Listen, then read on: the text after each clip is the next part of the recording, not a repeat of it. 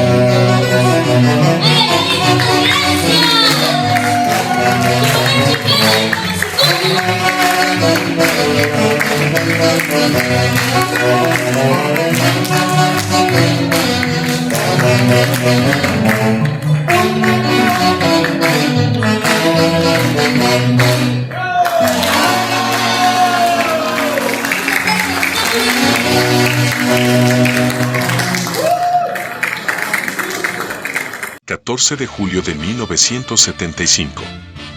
La eterna partida del picaflor de los Andes. El Perú entero, y en especial el Perú andino, se detuvo en silencio.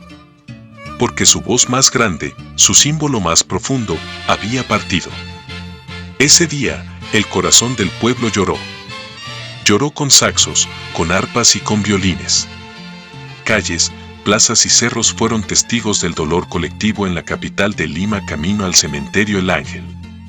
Entre mulizas, huainos y canciones del picaflor, el pueblo despidió con lágrimas y flores.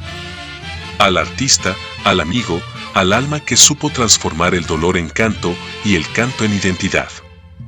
Con su voz hizo florecer al Perú profundo. Hizo que los humildes, los olvidados, alzaran su voz con orgullo y dijeran: aquí estamos, y también cantamos.